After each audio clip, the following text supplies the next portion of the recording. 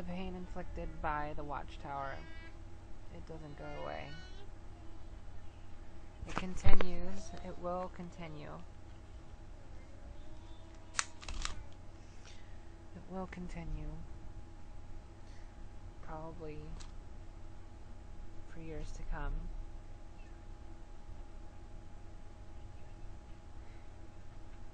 And let me tell you why.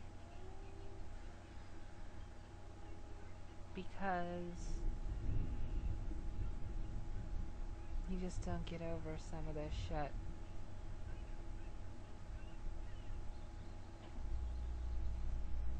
You don't get over your life being stolen from you. That's not something you get over. I will never be a teenager again. I will never be a child again. And thinking back, there are just so many different things that I never got to do. Experiences I never had that probably continue to affect my life as far as my personality and things like that. How withdrawn I can tend to be. Granted, things have gotten a lot better in the past 8 months. I remember the friends that I had, these people that I was with for, there's one of them, I was friends with him for nearly 16 years, maybe more. He was like my brother.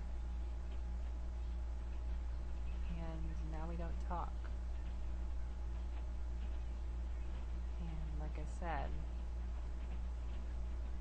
it has nothing to do with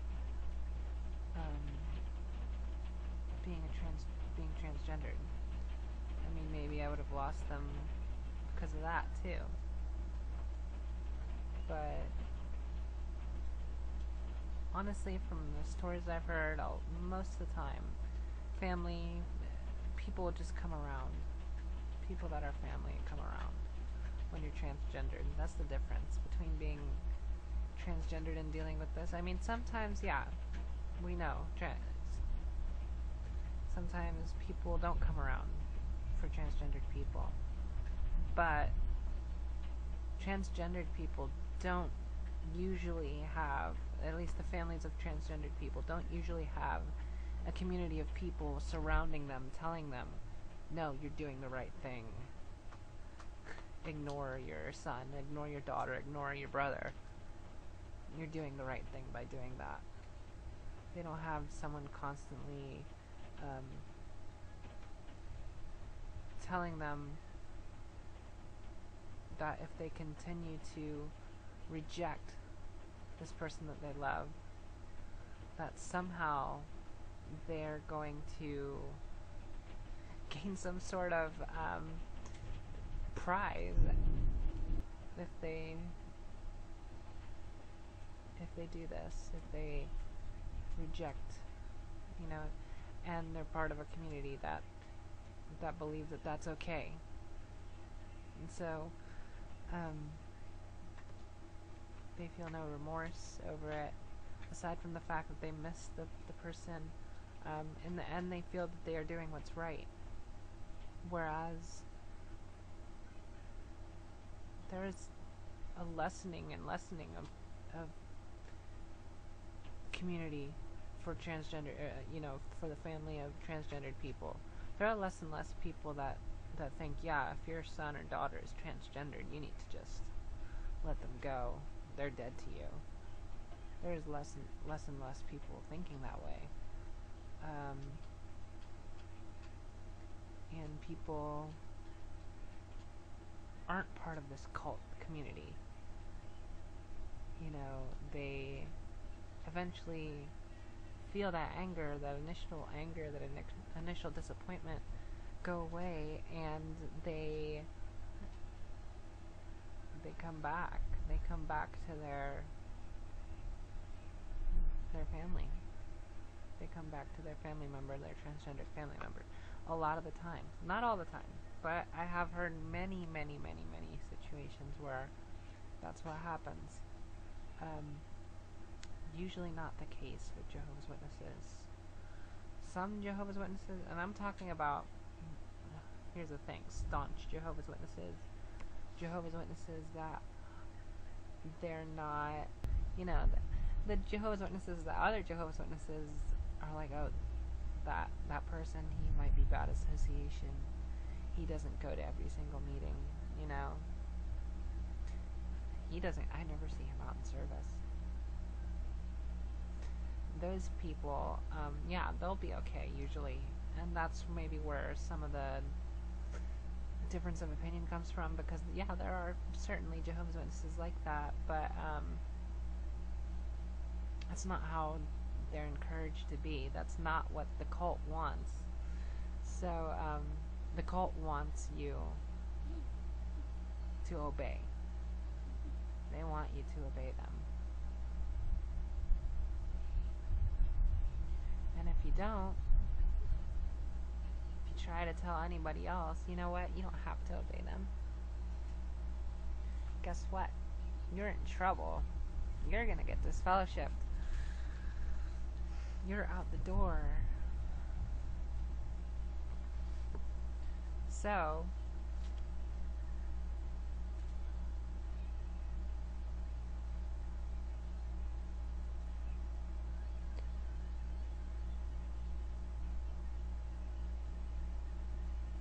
I started changing my body. I started doing this because it seemed like, let me tell you how I felt before. Before I started doing this, you know, I was in a real mess.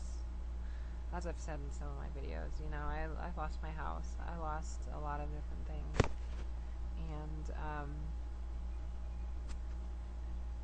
I lost a lot of friends from not going to the meetings. I lost friends. I wasn't even apostate yet, but I lost friends from not going to the meetings. From just not, and it's not even I was completely gone from the meetings. That's another thing.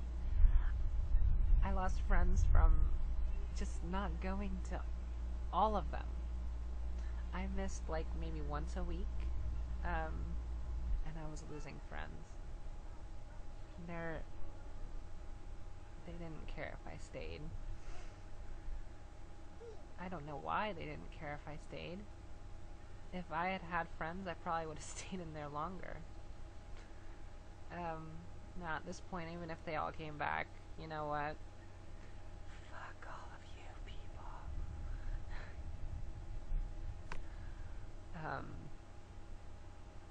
I have a lot more friends than I ever did as a Jehovah's Witness, and I'm a lot happier. Never, ever would never go back. Because there's that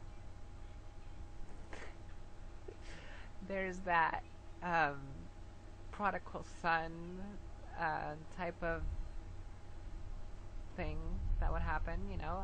I would go back, I'd remove my tits, because, you know, transsexual, you're not allowed to be a transsexual Jehovah's Witness. That's, you know, no. Unless I went to another congregation or whatever. But then I would lose all the benefits of this prodigal son situation. So I would have to remove my tits, stop taking hormones, all that. I'm not going to do that. But, you know, devil's advocate, you know, and everybody would be so happy to see me. Oh, Sam, we're so happy you're back. Oh.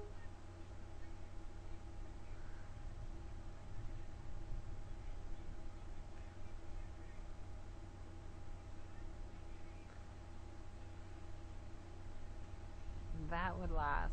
For one thing, it'll be fake, for one thing. Because that's what it is. I mean, you walk into a Kingdom Hall. Anyone that's walked into a Kingdom Hall and says, wow, these people are so friendly. Well, guess what? They're just smiling through their teeth at you. They don't care about you.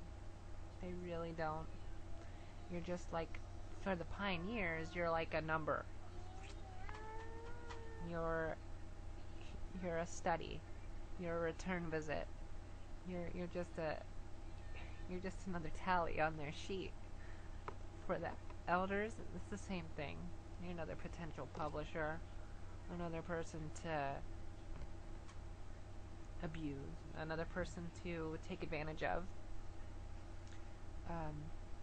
another person to add to their flock that makes them feel so special because they all have the respect of all those people. All those people love me and respect me, and I'll tell them to jump and they'll jump. Fuck you.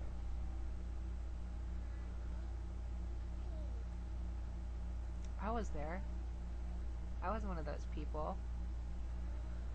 I was the ministerial servant, and you know what? I like to think my intentions were more pure than the other brothers that were reaching out.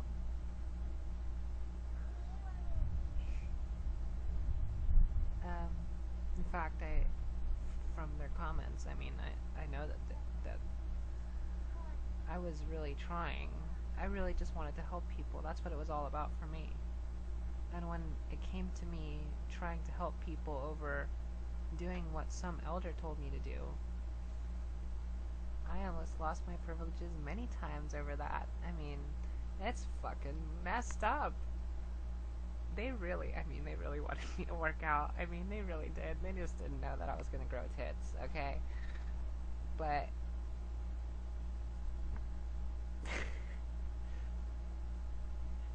they were really hoping things would work out with me. And, so anyways, I was really into it to help people, because I love Jehovah. And that's how it starts. That is how it starts. My sister, that's how it started for her. She's still in it, and she's an absolute fucking bitch. Sorry, but she is. Her husband left her, and I don't blame him at all. At all. Kenny, if you're there, okay, I don't know if you're still a witness, but, dude, yeah, I was upset at the beginning. But you know what? I completely get you, alright? I really shouldn't have been upset at all, because the woman is a fucking bitch, and I knew that. My mom's a fucking bitch, too.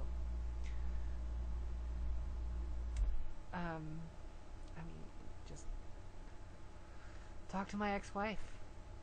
Maybe that's why my ex-wife and I are still like this, because,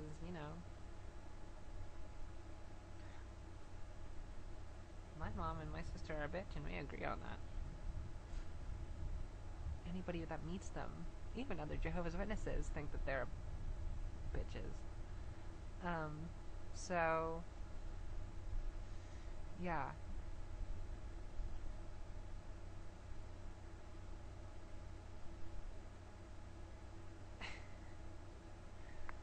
It's just really fucked up. So yeah, I was one of those people that wanted to help people, from the very beginning. But even though that's what I wanted, and I kept on trying to go back to that, there were my moments where I was like, yeah, this fucking feels really good. I have all these people that love me. And why do they love me? Because I'm a ministerial servant. I fooled myself into thinking that they were real friends, but in the honest to God truth, in the back of my mind, I really knew. I really knew that they came to me. They spent time with me because I was a ministerial servant, and because, I don't know, they wanted some of my holiness to rub off on them or something. I have no idea. I know that sounds really bad, but, that is how Jehovah's Witnesses think.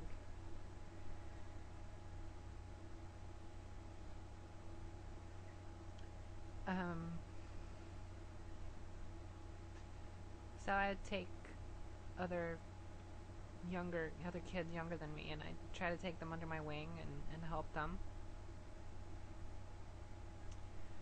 And I remember there was this case.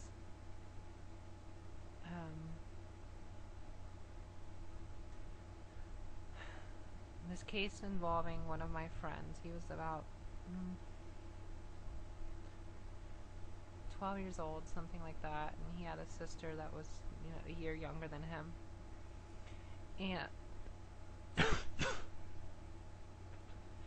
And what happened is his mom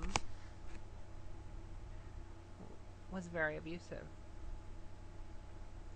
His mom and his sister would get into fights. 11-year-old versus an adult, like fist fights. Him too, with her. Breaking things, knives being pulled from the kitchen, things like that. And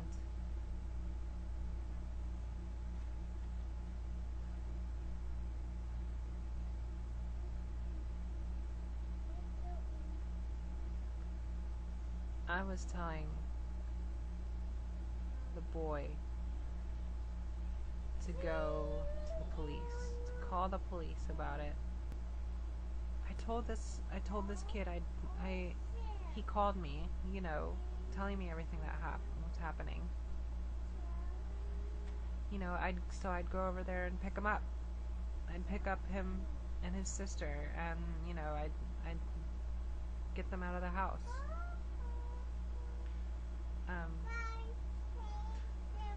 I'd get in trouble for that with the elders. And I remember telling them to call the police one time when it got really bad. Because he would call me. The ministerial servant. The boy would call me. And I remember telling him he should call the police and the elders. Why didn't I call the police? Well, I was still a kid myself, pretty much, I was 18. And, 18. I was appointed a ministerial servant at 17. Never happens, right? I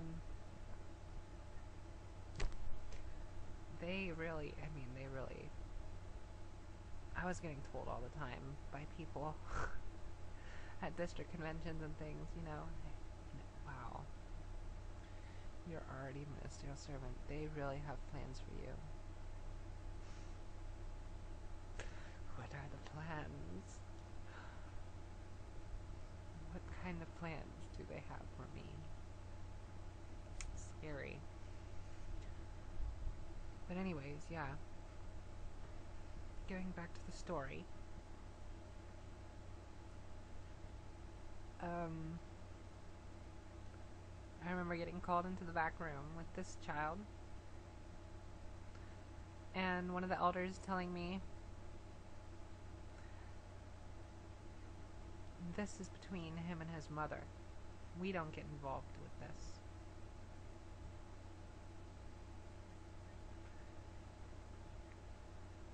Said, my friend John, it's not his real name, but he probably knows who he is if he ever sees this video. He needs to learn to respect his mother. He needs to come to terms with his mother, or else they will always have a bad relationship. And this is his fault, basically, saying that he needs to mend his relationship with his brother. Not, that the mother needs to stop abusing her kids, but that he needs to act more like a man. This 12-year-old, 13-year-old boy needs to make peace with his mother. Good. And of course I didn't agree. I had a lot of leeway, I guess. Because, I remember talking to that elder and saying, no way. This is wrong. Don't you think this is wrong? Don't you think he should be calling the police like I told him to? Don't you think that was the right thing to do? Don't you think we should have somebody look into it if the kid is saying his mother is abusing him? No. Alright. I was 18. I didn't know any better. Otherwise, at this point, I would have called the police myself. But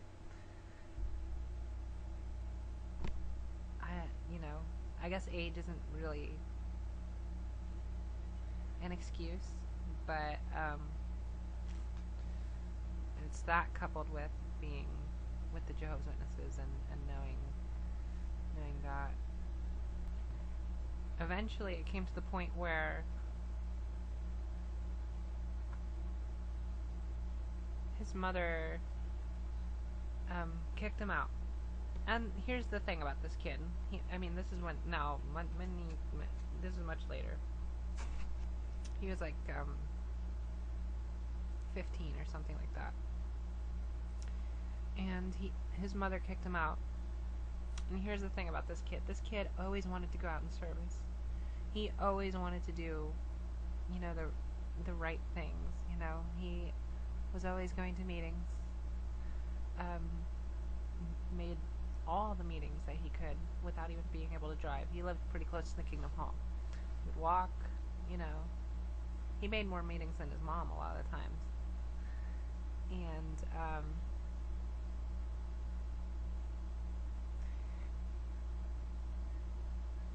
and he wasn't a bad kid. But he ended up getting kicked out of his mom's house because he liked, rock music or something like that. I can't remember. So he went to go live with his dad in New York for a bit. And he came back later.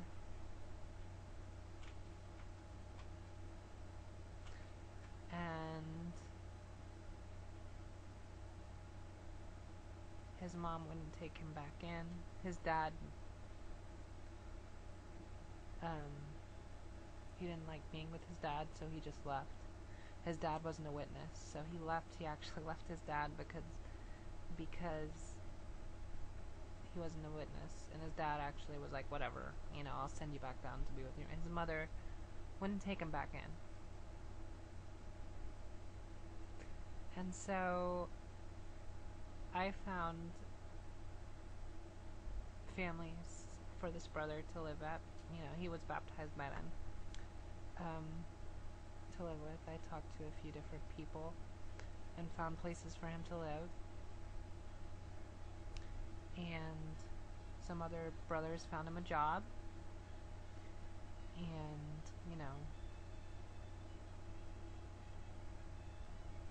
it's good for him. It's good for him because later he came to terms with everything and he forgave his mother for all the shit she put him through. And that's great. But he doesn't talk to me anymore. And in fact, that's another thing. Like, I don't think he forgave his mother. I think he just eventually said, you know what, I was wrong. I'm sorry. I didn't just sit there and let you abuse me. As soon as I stopped going to meetings, he stopped talking to me very much at all. So, yeah, how do you like that? Ungrateful bastard. No, he's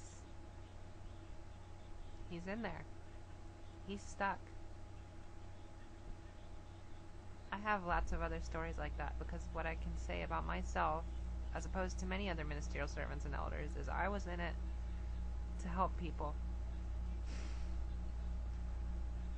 I have many other people that I helped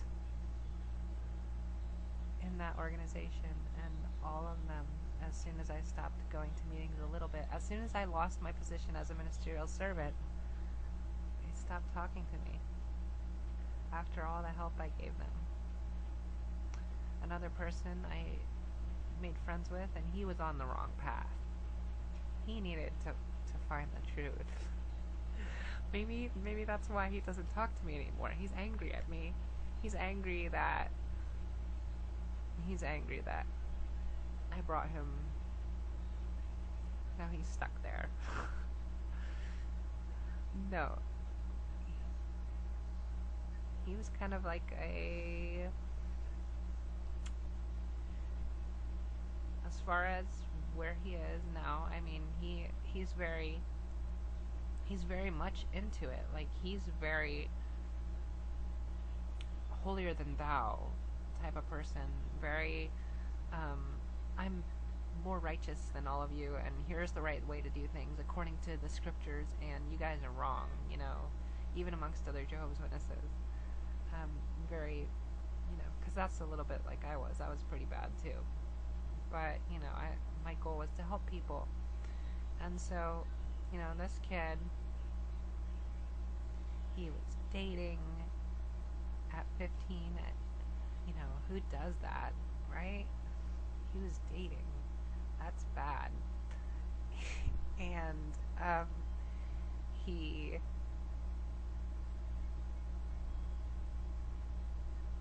just didn't have any direction in his life. 15 years old, he didn't have any direction. Because that was my whole life. My mom, she put me in a direction.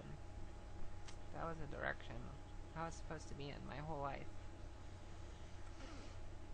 It's pitiful not to have a direction. And this boy, he didn't have any direction in his life. He really needed some help. So, here I go. I go with my ministerial servant badge. Not really. I just go and friend them. I just tried to be a friend to people. And so I became his friend, started taking him out in service with me. And I started, just talking to him. And my favorite game as a Jehovah's Witness was to be that way and subtly put things into people's head. I wasn't because I realized what was going on, I guess. I don't know. And I liked just being able to manipulate people. I'm evil. Not anymore. But I enjoyed that part of it. I enjoyed proving people wrong, and I enjoyed doing it without even them realizing that I was proving them wrong. That was my goal, was to slowly get people to see my point instead of just jumping out there with it. I would beat around the bush until they finally said what I wanted them to say. This kid, he started pioneering auxiliary with me over the summer.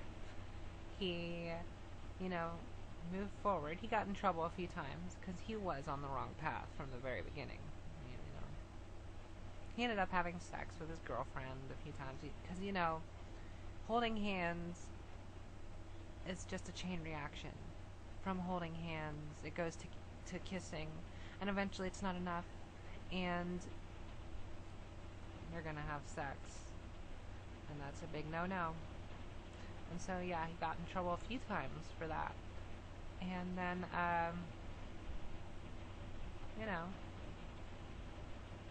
I helped him out. I always stuck, being his friend as long as he was one of Jehovah's Witnesses. I guess I'm guilty of the same thing. But even I would like to think that back then, even if he had left, I would have still been there for him. But maybe not. I don't know. I can't. It's too hard to say at this point. He, eventually came around. I think he regular pioneered for a little bit. Yeah, he regular pioneered for a little bit. Did very well. And he's just slowly done well since then. I don't think he's a ministerial servant even yet, but he's, like I said, he's Mr. Righteous now. Who knows? He could still be living in sin and just be having the greatest laugh of all. But like I said, he's Mr. Holier Than Thou now. And when my sister got divorced, my sister's husband, he tried, he was friends with him for a little while,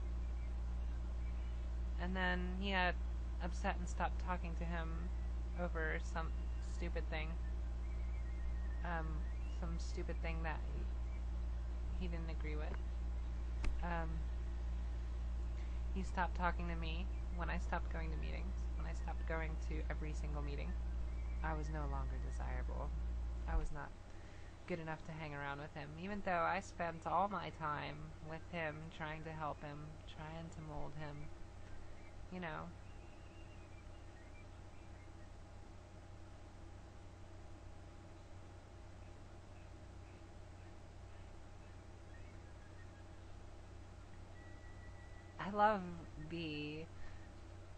I love the argument, oh, you didn't bring me into the truth, or you don't bring them into the truth, Jehovah brings them into the truth. Oh, Jehovah brings them into the truth. He's the source of power. I love that, right? Because a lot of the people that were my friends, I personally know that if I hadn't been there with them, fucking their brains up, they wouldn't be in there. And so I have to fucking live with that now. I deserve to not be talking to these people. I really do. I deserve to not be talking to my family. But we know not what we do. The Jehovah's Witnesses, we know not what we do. I know that what I was doing now. But back then, it was the right thing to do. That was right. I was the right person. I was supposed to be bringing all those people into the truth. I was supposed to be debating people at their door and, trying to get them to believe something that I didn't even really personally believe in completely. I believed in it, but I was having doubts for a long time. I'm a pretty sharp person. And like I said, I knew I was headed for destruction because I was transgendered. I couldn't let anybody else in on it, though.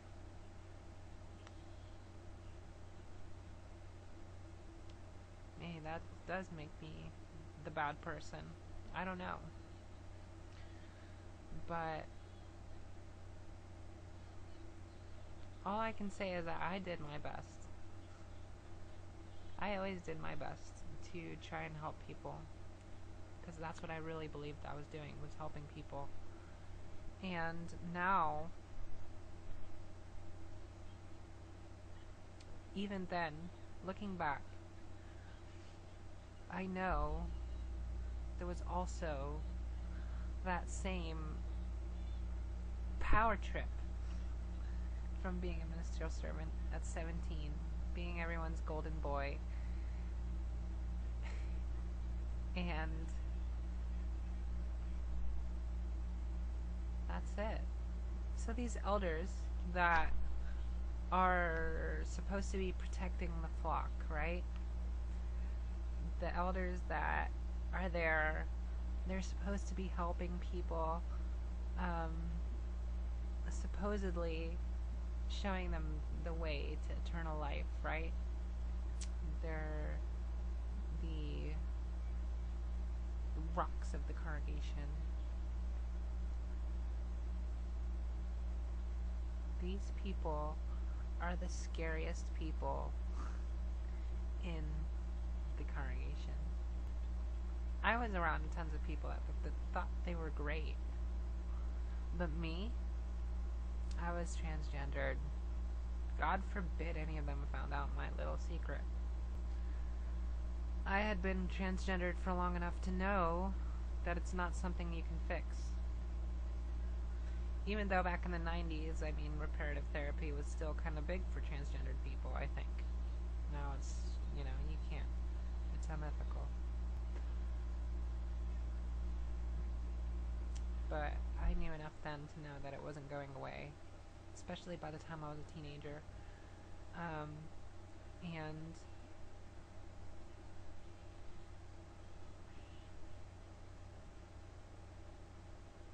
you just do, as a Jehovah's Witness, you just do your best. Either you reject it completely and just say, fuck it, I'm gonna leave my family, who gives a shit? Either you do that, or you just make it, you just do what they want, you know?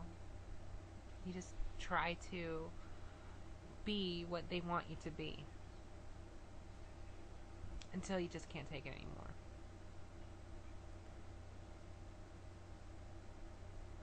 I guess in that way I have a ton of patience and a ton of willpower. You know, I worked my way up.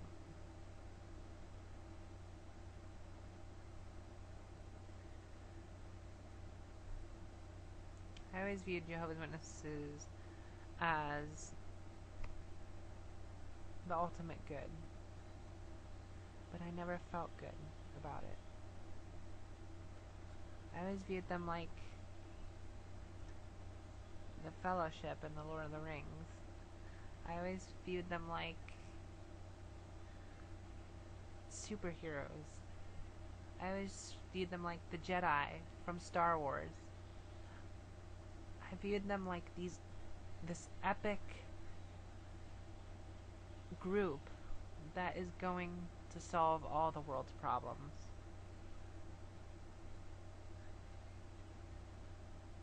But yet, being in there never felt very epic.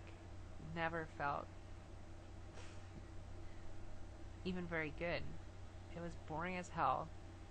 There was a lot of background shit going on that was, you know, you'd be like, what the fuck? And it was just messed up. But in my mind,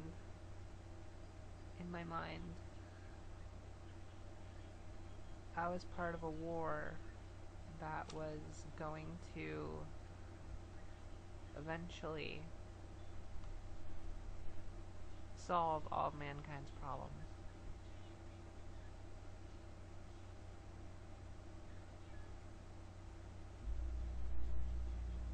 But then you start to realize,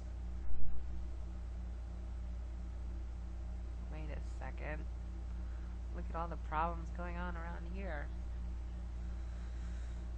You know what? I go to school, I go to work.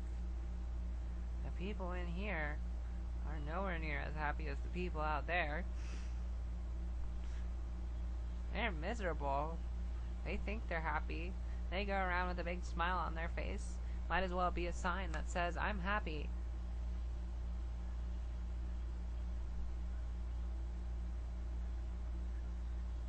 Just because you read it on the sign doesn't mean that that's what's really going on.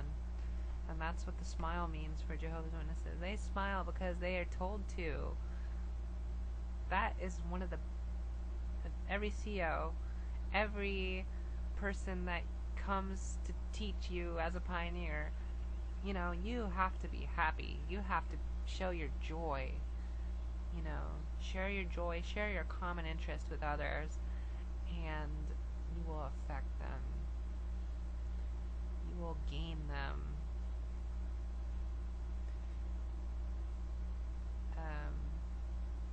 You are the salt of the earth. You want to be nice and tasty. So, you have to smile. You have to be, you know, seem like you're really happy with everything. Because God forbid the householder doesn't think you're happy. How the hell are you going to get him in the truth? And God forbid people in the congregation think that you're unhappy. So you got all these unhappy people worried about whether or not, the other people think that they're unhappy. Because they don't want to get dragged, they don't want a shepherding call. Nobody wants the elders in their house. Nobody wants that. I mean, we all say we're okay with it, right? But no. We don't want the elders in our house. You know what that means? That means there's something wrong. So yeah. You pretend to be happy. You're gonna pretend to be happy. All your relatives are gonna pretend to be happy. But they're fucking pissed inside.